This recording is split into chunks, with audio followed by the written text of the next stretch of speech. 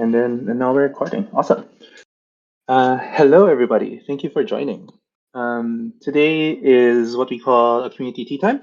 This is probably the second time we're doing this.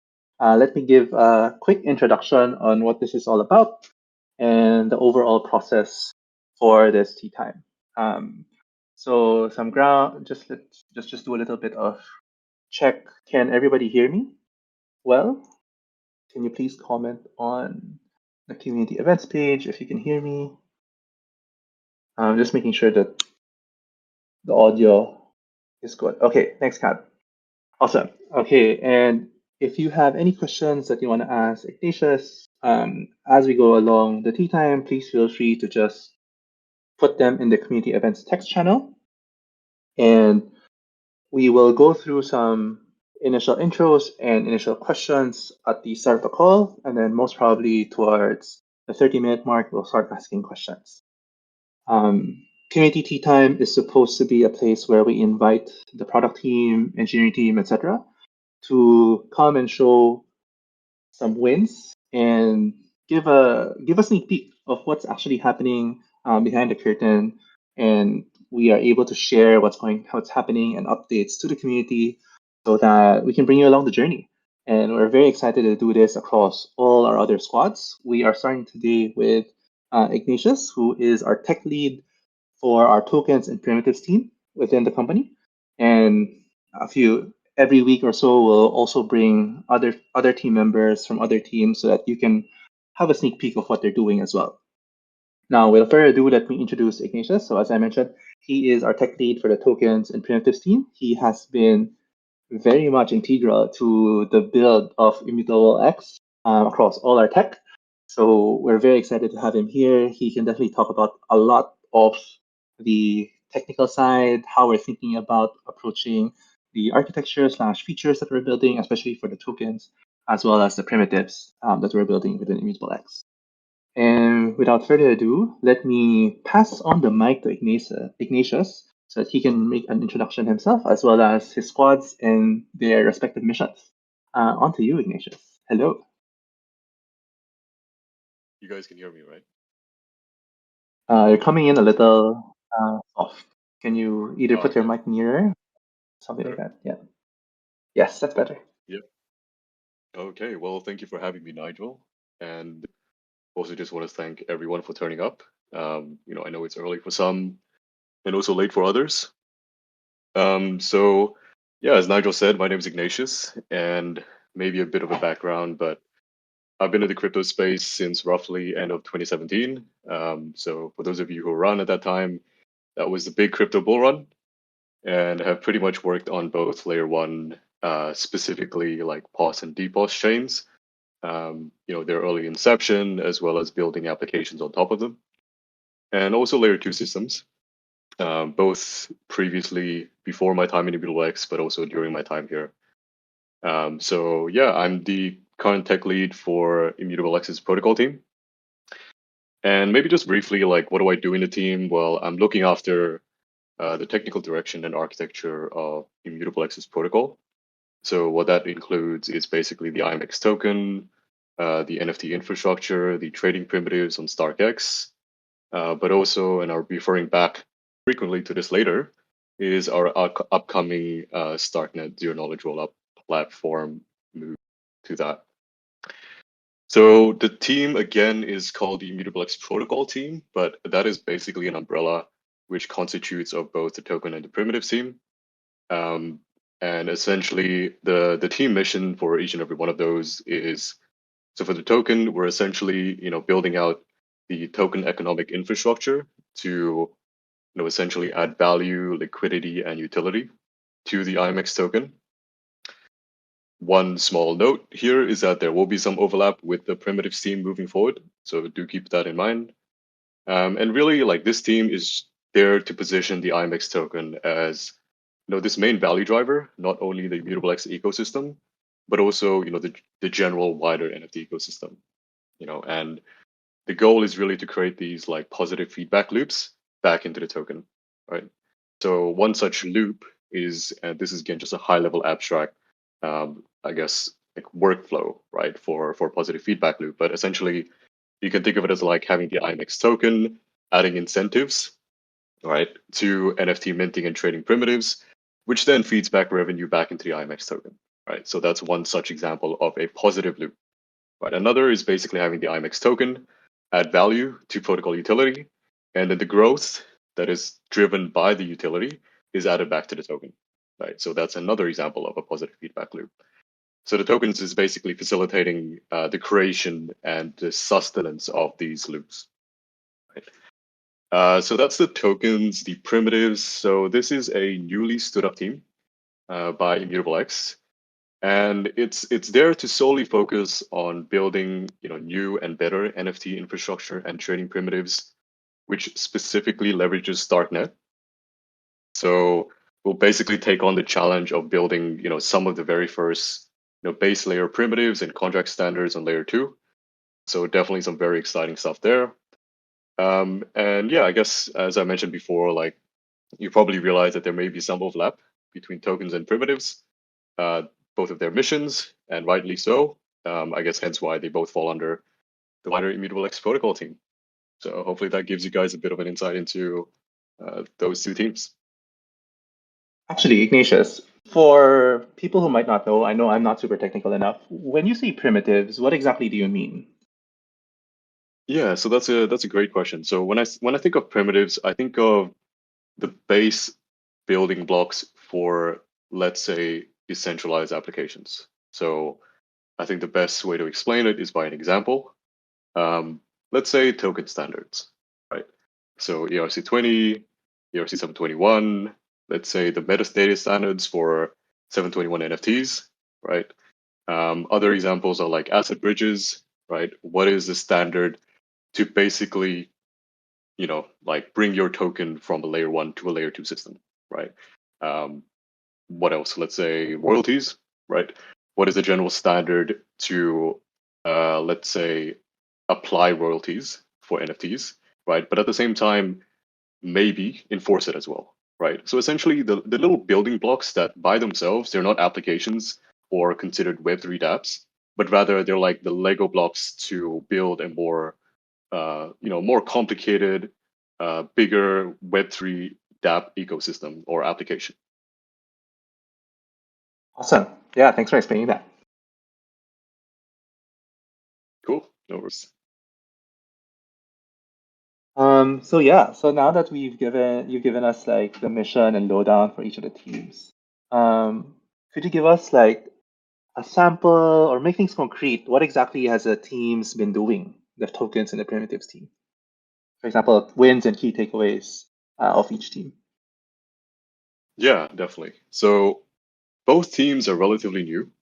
Um, so for the tokens, I'll probably talk about like what happened towards the end of last year.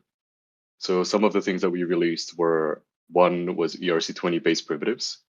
So basically allowing projects, note that this is currently a vetted process, so it's not open to the public, though eventually we do want it to. But essentially allowing new ERC20 tokens on Immutable X, right?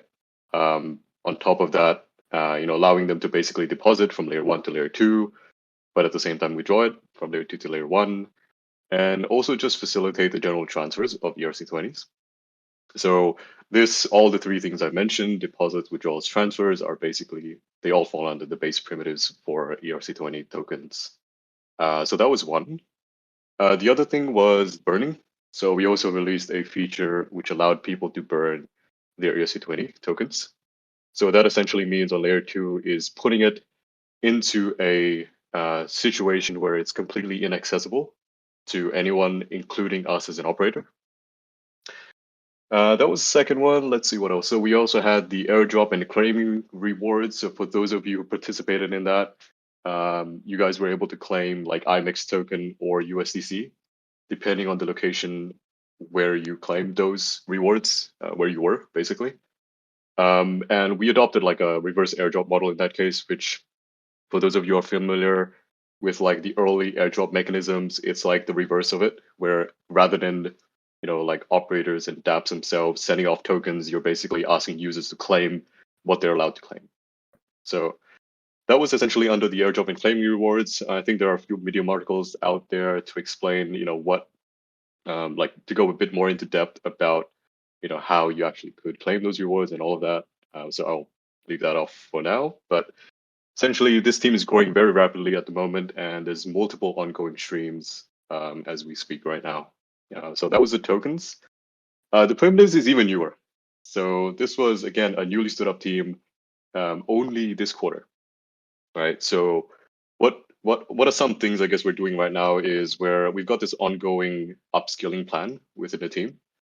So we're essentially building the capacity, engineering, product, research, etc. for StarkNet, right? So again, this is the team that's building out the smart contract primitives with Cairo, right? And for those of you who don't know, Cairo is basically the general purpose computational language for programs and also contracts on StarkNet. So that's one of the streams that's going on in this team. The other one is, of course, we're also investing a lot of resources into planning out what Immutable X will look like on StarkNet. What are the next set of NFT infrastructure and trading primitives, and what they're like, and essentially how and when do we actually move to StarkNet, right? Because to make this transition, we have to consider not only transitioning features across, but also assets, right? And we want to make this basically as seamless and as painless as possible for partners, developers, and the community. So these are two ongoing streams that we're currently working on in primitives, and yeah, that's Awesome. I wonder if you can explain more about why people should be excited about Cairo and StarkNet. Why are we putting so many resources here? yeah, that's a great question. I think for those of you who have been in the space for quite some time, like I'm sure you've heard about things like from Vitalik or from other, I guess, zero knowledge, I guess, spaces or communities. But this whole idea of having rollups and data shards, right? Or some people call it RADs, right? And so basically, StarkNet offers up this like permissionless, open, decentralized zero knowledge rollup platform, which also allows like general computation, right? So one of the things that was hindering like let's existing zero knowledge rollup platforms, like for example StarkX, is the lack of the general composability and also programmability, right, within our protocol itself. So essentially, by moving to StarkNet, we're opening ourselves up to like being able to compose with other, NFT protocols, DeFi protocols, etc. But at the same time, like offer new, more complicated, um, basically like trading primitives, right, and also NFT infrastructure to essentially just, in some way, just grow the overall like utility that you can perform with NFTs, right, and also how NFTs then interact with other DeFi protocols and other NFT protocols, right? So it really just like opens up this initially constrained, smaller, like you think like a locked up constrained box or something, right? And just basically releasing those chains and opening it up for a lot more, flexibility, composability, programmability, and so on. Like it really just opens up a lot of possibilities for us as a protocol, as a liquidity layer, but also just generally for the wider ecosystem. So that's essentially what makes me Got it. excited specifically. Got it. So if I try to rephrase that, is my understanding correct that it based by with StarkNet we increase basically the possible feature sets that we can offer when people build on top of IMX? Exactly. That's definitely one of the benefits. Got it. Got it. Are you excited in particular about a specific utility or feature that StarkNet enables that was much harder to do before without StarkNet? Yeah, that's a good question. So this is my I guess something that I'm pretty interested in personally, but Mm. it's the idea of AMMs. Mm. So for those of you again who have been in the space for NFTs on say layer one, there have been different attempts at basically like sharding and fractionalizing NFTs. There's a few examples and projects out there since I think way back in like 2018, 2019 as well. But essentially, there is very little liquidity that I've actually seen, and also utility behind these fractionalized NFTs. And there's a lot of reasons behind that, right? Like one is I'm pretty positive that you guys are all aware of. The high gas fees on layer one, right? I think there's also a lack of like a proper liquidity layer, right, to actually sell these fractionalized NFTs, but at the same time, like a lack of utility to utilize these as well, right? And there's also a question of like the actual like the reason like in order to make um, this sort of AMM for an NFT successful, it also relies on like the value of the NFT as well, right? If it's a low valued NFT, fractionalizing such a low valued NFT doesn't really make sense because you then like get you're breaking it up into like really minuscule like pieces of an NFT, right? So essentially, it would only really be applicable for like medium to high valued NFTs, right? And so there's like a multitude of different reasons for why this hasn't really taken off. And I think what StarkNet offers is basically like, okay, let's say with a protocol like Immutable X offering that liquidity, but at the same time bridging it with all the other protocols, right? Like this whole idea of composability, we have this now liquidity layer that exists on layer two, right? And to top that off with basically, tree per transactions, and so on, basically just opens up the space to for these AMMs to flourish essentially. So that's one. Got it. Awesome. That sounds super exciting. Sorry, I had to ask you about StarkNet and Cairo because I'm personally super interested about it as well. I wonder what are next steps that you're thinking about within the team for each, for tokens and primitives. What are the next steps that you are considering? Yeah. So I guess with tokens, so again, we'll be looking essentially into the token economic application of the IMX token, right? So we're trying to position it as this layer token and essentially building out Immutable X's token ecosystem, right? Um, so note that a lot of, I guess, things I'm about to say could also be built by the primitives team, right? Which I'll get to later. But again, some things included, but again, this is not an exhaustive list, is things like, governance tooling, right? Ecosystem maker taker fees, things like burning functionality. Currently, we only have it for ERC20s, but eventually we also do want to offer it for NFTs. Things like protocol fees, as well as swapping mechanism. So this is essentially allowing users or traders to then pay their fees in native ERC20 tokens. That doesn't have to be in ETH or IMX, and essentially allowing our protocol itself to perform swaps internally.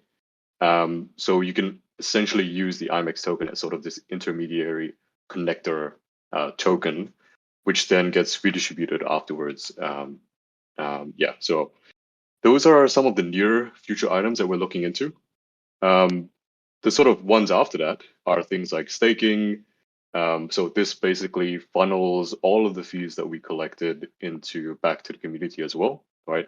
We have a specific distribution and breakdown according to like how we're going to be splitting up the fees that we collected, right? So that's all available in the white paper as well. Otherwise, we also have things like ERC20 minting. So this essentially allows projects to mint their native tokens directly on Immutable X without having to actually go on layer one, create an ERC721, mint some tokens, set a cap, and then bridge it all the way to layer two. So essentially removing that step. Other things are like daily trading points. That's another, I guess, reward distribution mechanism that we're looking into. And even potentially touching upon things. So these are some, even future stuff, right? Like later down the line, but we're also considering things like, PCV. For those of you who are not aware of that, what that stands for, it's protocol controlled value.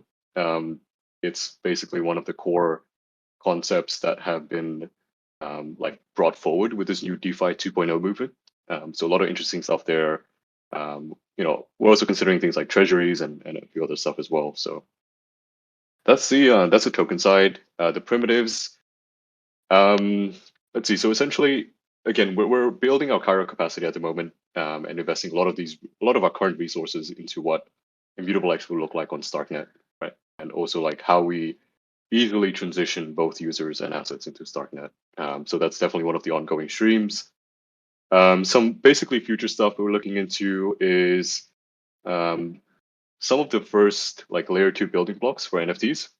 So for example, a limit order DEX, right? So being able to not only spot trade, but also place like aggressive bids and asks, right? So that's one thing. We're also looking into like seamless asset bridges, across our multi-layer system. When I say multi-layer, it just means like layer 1, layer 2, and potentially a layer N as well. Like it's like a dot dot dot layer N, right? There's a lot of possibilities there. Um, Trading primitives, and this is what I mentioned before, but things like AMM, charting, fractionalizing of NFTs. But other than that, we also are looking into like auctions and derivative trading, right? And generally just setting what we call like the golden standard for the rest of the DeFi and NFT ecosystem on, base layer, like really important primitives and Lego building blocks like tokens, bridging, metadata, and royalty standards, among others. Wow, could you tell me more about that golden standard? What do you mean? Yeah, so essentially, none of these are well defined at the moment. There have been like proposals, there have been like GitHub repos that are just like spread around on the internet with like attempts to create a standard on layer 2. Of course, creating this on layer 2 is very different from layer 1, right? There are different constraints that you have to play with, different restrictions, etc. And so again, none of this is well defined at the moment. And in order to actually build a flourishing NFT ecosystem, NFT/DeFi ecosystem on layer 2, we need to have a really good set of gold standards, right, for these base layer primitives, right? Um, and essentially that's one of the things we're trying to do here, which is like position ourselves to take full advantage of StarkNet and to lay out these gold standards for not only for us but also for the rest of the ecosystem as well. Got it. That makes sense. Um, Okay, cool. Is there anything else? Okay, that looks like all the questions that I had prepared. Was there anything you wanted to share more about Ignatius before we move on to answering some of the questions that we have in the chat? So maybe I'll do a brief, like, I guess thinking about it now, but like the three some way takeaways of I guess everything I said, because I know there's a lot that was going Yeah, on for there, but sure. essentially one of them is like the token utility, or the IMX token utility, is coming very soon, essentially. So a lot of the what we're working on right now is just really looking at both StarkX and StarkNet from a more holistic lens, and just making sure that whatever utility we release will not add additional friction for the community, developers, or partners, right? Because if you think about it, when we release utility and like additional utility for the token on StarkX, and then eventually we want to move it to StarkNet, then we have to basically build parity, right, on StarkNet. But at the same time, we also have to consider like the migration strategy to then bridge all of these, assets into StarkNet. So that itself adds a layer of friction. Again, we are looking at ways to make that as seamless and as frictionless as possible. But these are just examples of some things we're considering as we're then, building and rolling out these utilities. The second one I would say is more focused on the primitives. So again, we've got a dedicated team right now, which is a mix of like research focused, engineering, and product, to really, you know, build out and really like flesh out our transition into StarkNet and essentially what Immutable X would look like in StarkNet. And yeah, I guess essentially the last one is that we're in a good position at the moment to really take advantage of being one of the forerunners in essentially building out this NFT infrastructure and set of trading primitives, not only for Immutable X, but also for the wider NFT DeFi ecosystem on StarkNet. Awesome. Super excited. Just putting down these notes for that. Cool. In that case, let's move on to the questions from the community. First question, when is OpenSea happening? I know we can't comment on timelines, but maybe there's something you can chat about here, Ignatius? Yeah, so as Nigel said, we can't comment exactly on timelines. We're currently working out a couple of things internally and with OpenSea as well. But essentially, like this, in a way, like shows that I guess it's not about like being the standalone winner in this new ecosystem. It's really about like we're also looking at ways to leverage other protocols, right? This whole idea of like composability with other marketplaces, with other discovery platforms, with other tooling in the ecosystem, and really just create a better overall product and experience for essentially all of us. So I think I'm really excited with this as well, and we'll keep all of you guys in the loop with how that goes. Awesome. Thanks for that, Ignatius. Next question is IMX token immutable platform in the US? No, that's more of like a legal question. Is the token more investor friendly than other Starkware project like DYDX? For context, DYDX gets flack because of the company behind it says token holders will never get a fee, share, or anything like that. Will IMX be different? That's a great question. So essentially, the IMX token for us is much more than just, I guess I think for DYDX's case, it's fee reduction. So for us, the IMX token, yes, it is one of the available currencies that you can basically pay your fees in, right? But then that collected fees, and again, that fees could be paid out in different native ERC20 tokens, right? When they get swapped back into IMX, those IMX tokens then get used to basically redistribute rewards via both the staking mechanism, but also the daily trading rewards or daily trading points. Right? So we do have internal mechanisms to then redistribute this value that we collect back into the community. So yeah. Awesome. Next question is, when or can we expect lending NFTs on Immutable X? Yeah, I'm personally very keen for this feature myself. It's something that I've personally looked into on layer one. Like if we could basically rent NFTs and the renter himself or herself still has ownership over the NFT, but the person who is being lended to can still utilize it as kind of like the pseudo owner within different game ecosystems. Very interesting with this feature. I'm very interested in this feature, and it is something that we are looking into, especially on StarkNet. And we'll release a lot more detail in terms of like what are the phases we're going through in our transition to StarkNet. Right. We basically broke it down into 3 phases, which I won't go into detail now, but we're going to be releasing something about that over time. But essentially, one of the last few stages is looking into like what ways can we essentially extend Immutable X beyond what's already available, right? Which means beyond the token white paper, beyond our existing feature set, right? And NFT lending will be, among one of the things that we're considering as this part of, extended feature set. When I can't comment on the date right now, but it's definitely something we're considering at the moment. Awesome. I wonder if you can comment on what that extended feature set is. Yeah, so it's basically what I touched upon before, but essentially, things like the AMM side, right? Like sharding and fractionalization. This is also part of the extended feature set. Things like derivative trading, right? Again, derivatives market is such a massive market, right? More so than spot trading. So, derivatives, AMM, right? The whole idea of like renting out NFTs, and there's a few other things we're also considering. But again, all of these are part of the extended feature set. Awesome. Thank you. Next is any clarity on the daily reward value? I think what they're talking about here is the daily trading rewards. I think Steven asked this. What would it be based on? Yeah, so there is a more granular breakdown in the token white paper. So I won't be able to give as much clarity as that white paper is, though. So I do recommend you read that.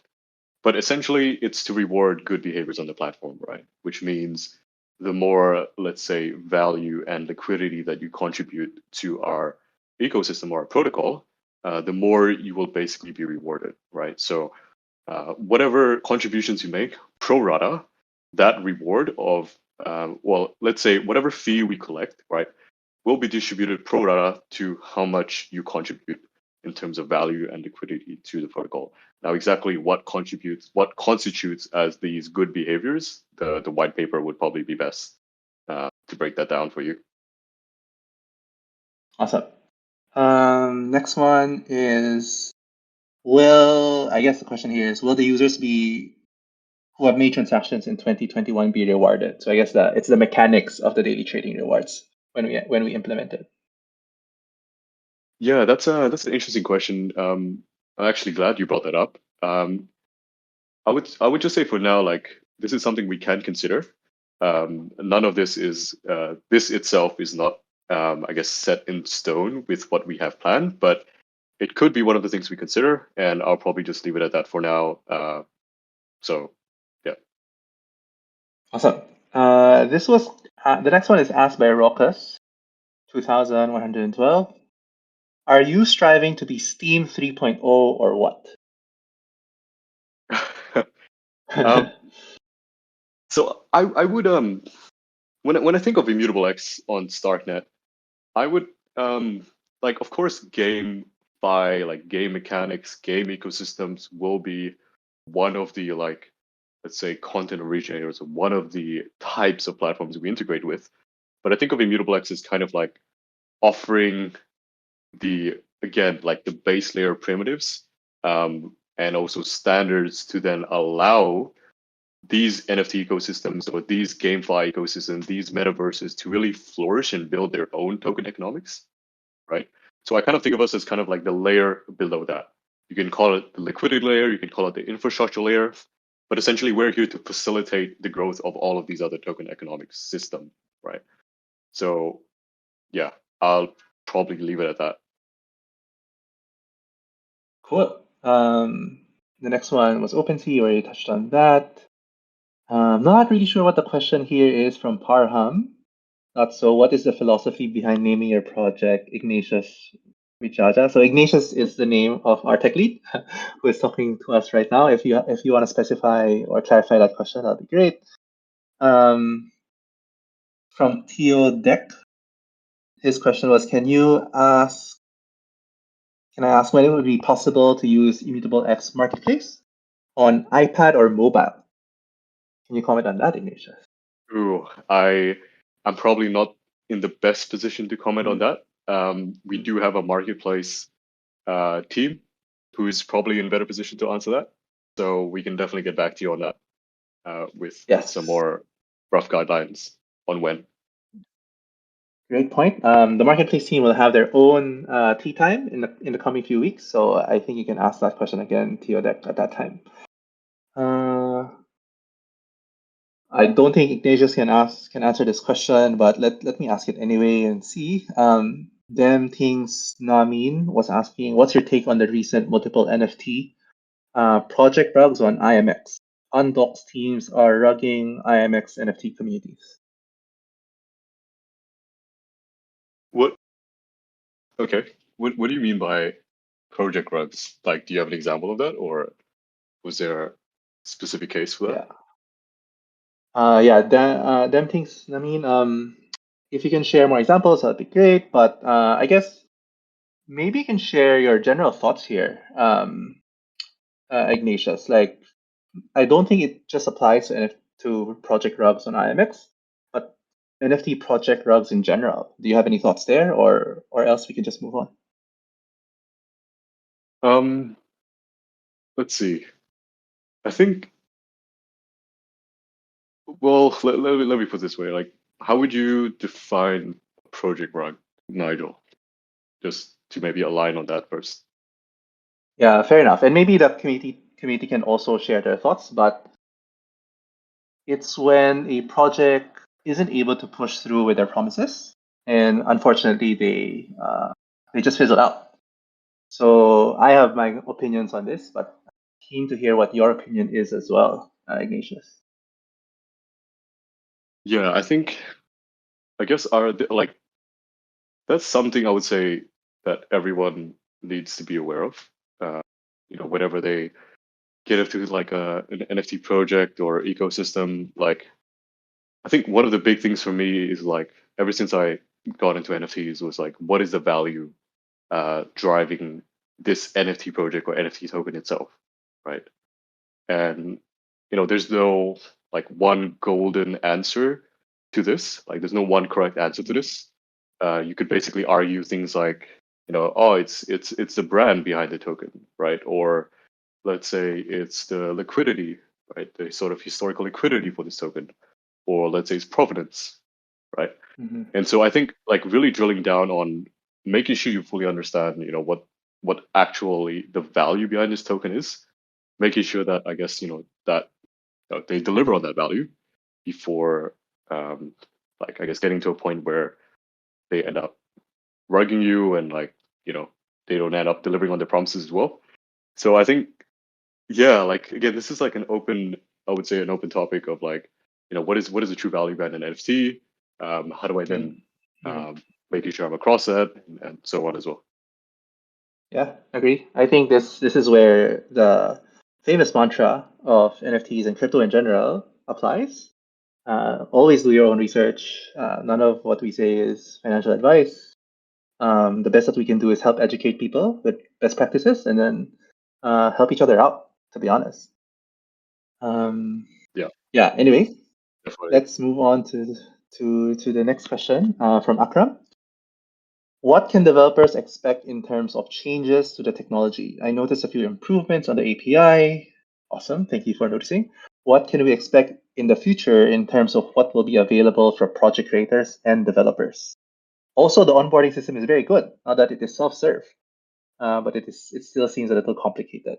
So I guess what should to paraphrase that, what are the changes or improvements that people should look forward to, in your opinion, Ignatius?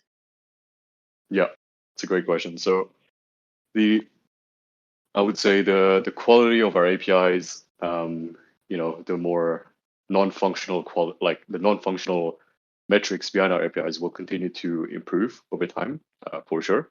I think you touched upon one really important point, which is the whole idea of onboarding, right? Like how do you then bridge not only users into a layer two, but also assets into a layer two? So one of the things that is part of our roadmap, and we're looking into this, is the next upgrade for StarkX version 4 and 4.5. So that essentially removes the registration costs for our users on happy paths. So when I say happy paths, it means like things like deposits, like the regular deposits and withdrawals from layer one to layer two and layer two back to layer one. All of that will be removed with this upgrade. The user registration costs again. So that would essentially reduce one point of friction in getting again your assets to layer two, right? That's one example, and we also have a few internal teams looking into ways that caters not only for the crypto native teams but also for the more mainstream users as well. So that will then add another, will remove another friction point for another set of customer segments as well. So there's a few things going on internally, multiple streams of work, and yeah, I guess we'll definitely release updates as we go along. Yes, definitely. And as we go with other community tea times as well, I'm sure other teams can comment on the progress on their part as well. Next question from 8 Ball. Why is IMX so damn awesome? I guess for you, Ignatius, what do you like most about IMX? Um, yeah. So I think like I think being one of the first ones to like go beyond just being a place where you can discover NFTs and simply just buy and trade NFTs, like that sort of regular experience, and in some way taking the initiative to build a better like skeleton layer, right? Not only for Immutable X as a protocol, but for the wider ecosystem, right?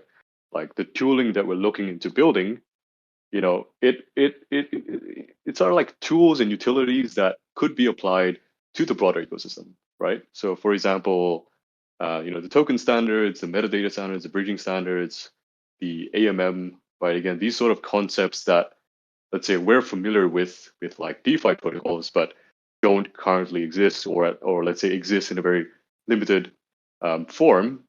And the fact that Immutable X is a protocol that's looking to essentially just build out these primitives and really just add value back to to token holders, to the community as well, to the wider ecosystem, and just making sure we all grow and we all grow the pie together, right? Because I see that the future of not only NFTs, DeFi, but also just generally of like Web3 is this whole idea of like composability between different protocols, and Immutable X could be like the main value driver. The IMX token specifically, right? The IMX token is not siloed just for Immutable X, but it could also be used as sort of like a token, currency of voting tool in other protocols as well, right? So we're really looking beyond just Immutable X in this case. We're really looking to like the wider ecosystem. I think that's pretty cool, at least for me. Yeah, definitely. Super exciting for the future. Next question is from Ange. What's your take on the biggest user experience problems you're seeing on the platform that hasn't been tackled yet? Yeah, let me think about this one. I think one of the biggest problems is definitely the onboarding. I think this is a problem. This is still an open problem across the space itself, but essentially trying to get the layer 2 experience, like obviously not make it any worse than a layer 1 experience, but at the same time, like getting it to be even better than that, right?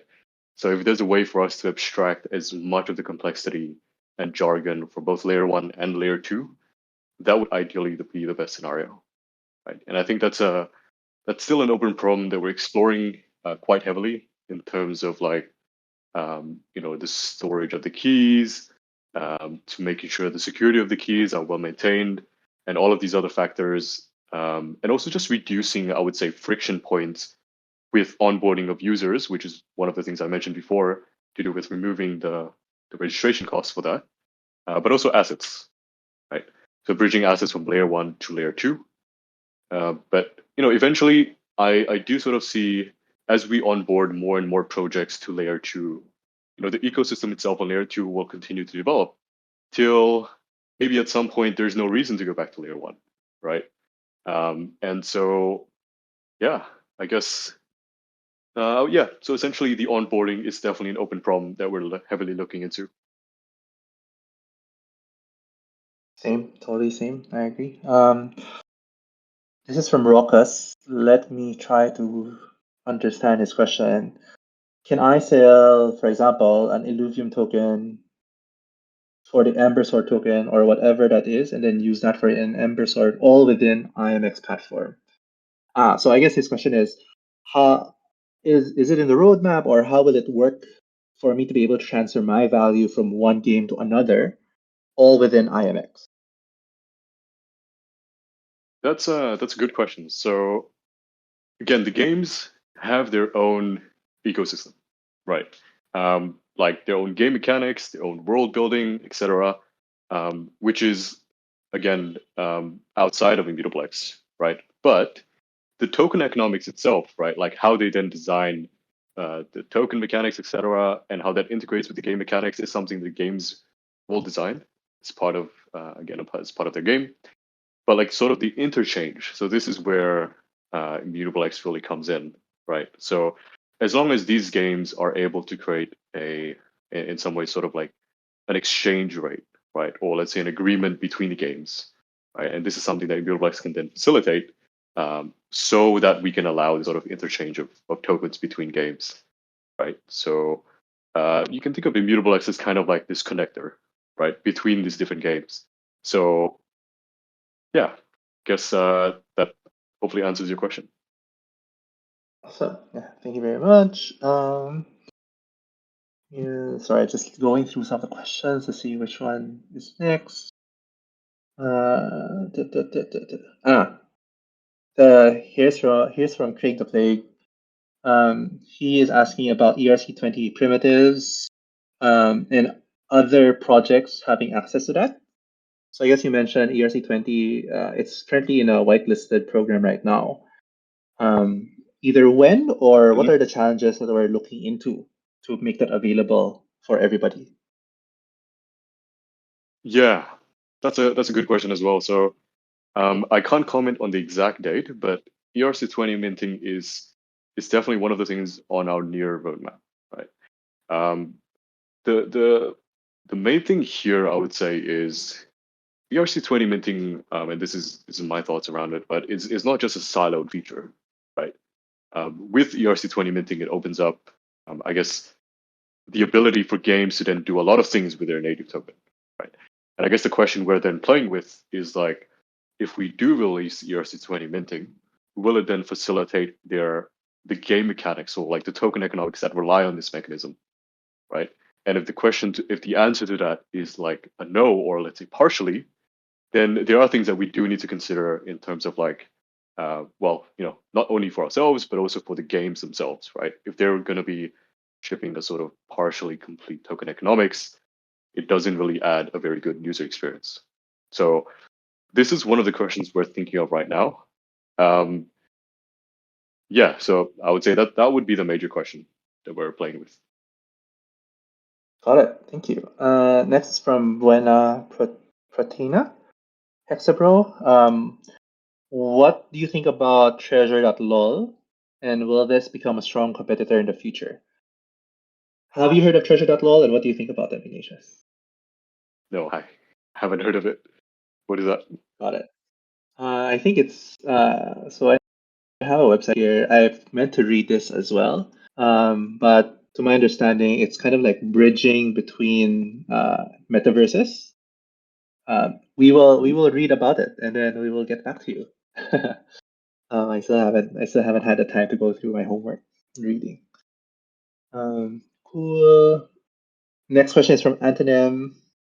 Will will we be able actually, sorry, taking a step back. Rather than just treasure that lol, I guess, maybe I would love to ask your opinion, Ignatius, on what do you think about competition and how do you see that playing out in the future with IMX? Yeah. So again, I think going back to like my vision for the future of the NFT and DeFi ecosystem is this whole idea of composability, right? Where Hmm. protocols are leveraging not only utility on other platforms or other protocols, but at the same time liquidity as well, right? We're essentially trying to position Immutable X as sort of this main connector, right? This main liquidity layer, which means we are not directly competing against marketplaces, but rather we complement it, right? We complement ecosystem tooling, we complement, let's say market makers, etc., right?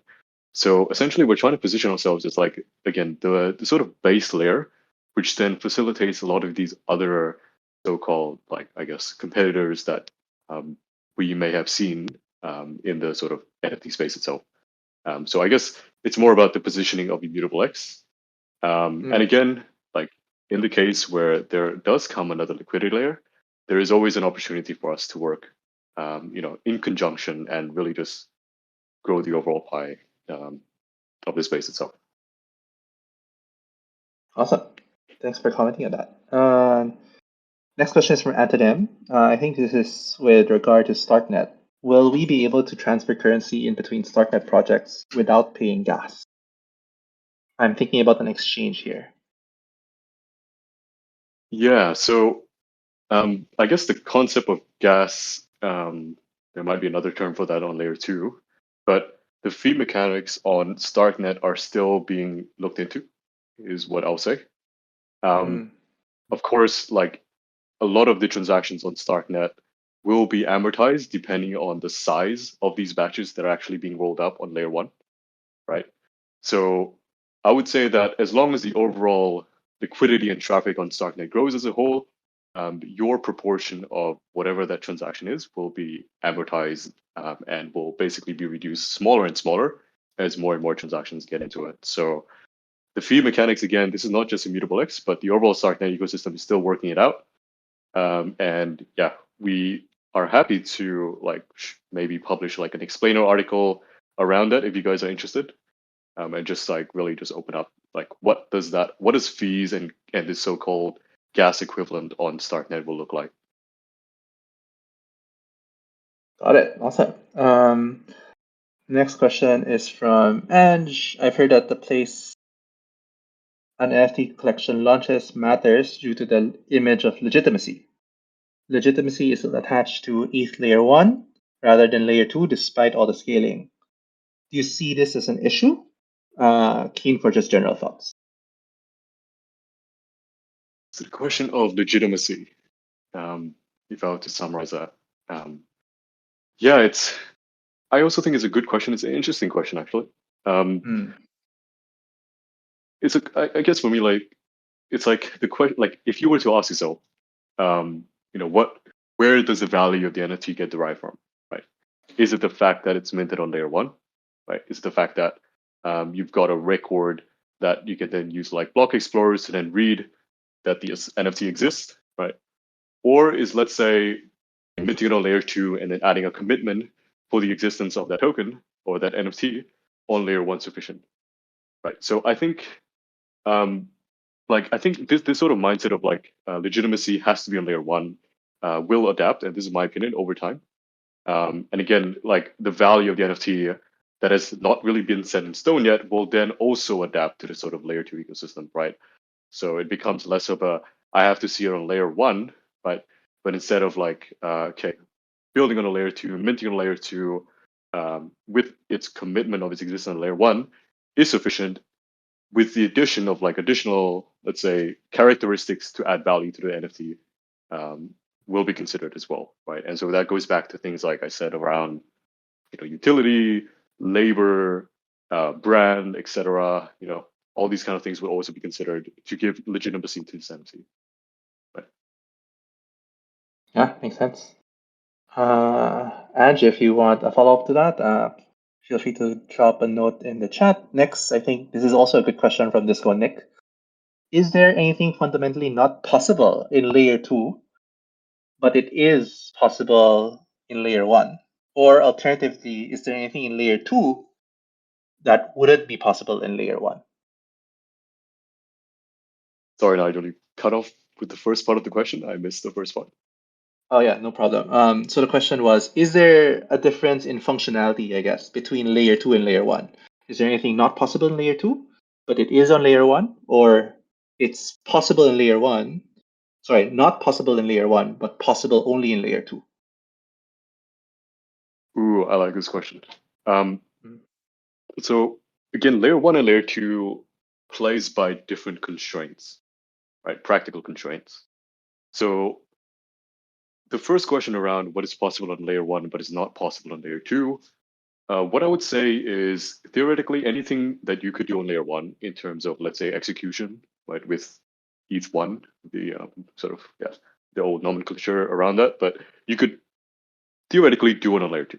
Right? But layer 2 is still a maturing system, right? StarkNet especially as well, right? So we're still going through the phases of rolling out StarkNet to become eventually that constellation phase of like decentralized sequencers and all like the rest of the suite itself. Right? So I would say the ecosystem is still maturing. We're still figuring things out around fee mechanisms. What are the constraints around reverted transactions, and like a few other core principles that you would expect on Ethereum, right? But yeah, I would say over time, theoretically, it is possible, but it's just a matter of how we navigate these constraints on layer 2 and as the system itself matures over time. Awesome. Yeah, thank you very much. We are 3 minutes to the end. I want to close the session off with more of a fun question. So, Ignatius, how did you get into crypto and NFTs? Yeah. So crypto, I think when I started to get really serious into it was when I did a hackathon. So I got invited by a friend to a hackathon in Australia, and that was actually so initially was just like watching the space, like sort of like a passive, I guess, contributor. That's one way of saying it. And then only when I got active was when I joined the hackathon, which was for a new DPoS chain back then. And yeah, I really just went from there. So I guess post the hackathon, I was working on a couple of projects, working as an infrastructure provider as well, and just really seeing how I think what really got to me was this whole idea of like being able to eliminate the subjectivity in a lot of the agreements, a lot of the contracts, etc. Like all of the interactions are trust minimized, right? And it's a philosophical question of like what trust is and how do you trust someone, but we'll get into that. But yeah, I think what's really interesting and what got to me was like this new take of building your platform's economics, your token economics, your mechanics, whatever you want to call it, right? And applying this in this like open, permissionless, trust minimized system is very interesting, right? And back then, like a lot of the concepts that were introduced were pretty novel, and maybe not the appropriate time for a lot of the community to adopt it, given that the space was so immature at that point, right? And so it really went from there, from one project to another. The space is moving so quickly, and then I guess what made me look into NFTs was, I think it's been a concept that I've been thinking of for quite some time. I think the whole idea of collectibles was very interesting, right? Because like this whole idea of uniqueness, right? How do you enforce uniqueness? How do you prevent someone to plagiarize it and so on, right? And so I think blockchain is one of the best tools that you could use to enforce this level of uniqueness, right? So it really started off as sort of like a technological interest that then over time became more of like a hobby as well, and just I guess just appreciate the art that comes out with NFTs, as well as like all these really interesting mechanics that have now been coming out. So I'm super keen on seeing how this space grows. NFTs, metaverses as a whole, and generally like the interplay between DeFi and NFT. Right, I think they're definitely complementary to me. They're not like again in competition with each other, and just generally seeing the growth of like again the metaverse, decentralized exchange, and finance as well. Yeah, awesome. Thank you for sharing. And with that, we have come to the end of the tea time. Thank you very much for your time, Ignatius, and we hope to see you back again here. And thank you Yeah, everybody no worries. who sent their questions. Hope people learn something new. Cool. Thanks everyone. That is Have a good it. day. Thank you, everybody. Bye bye.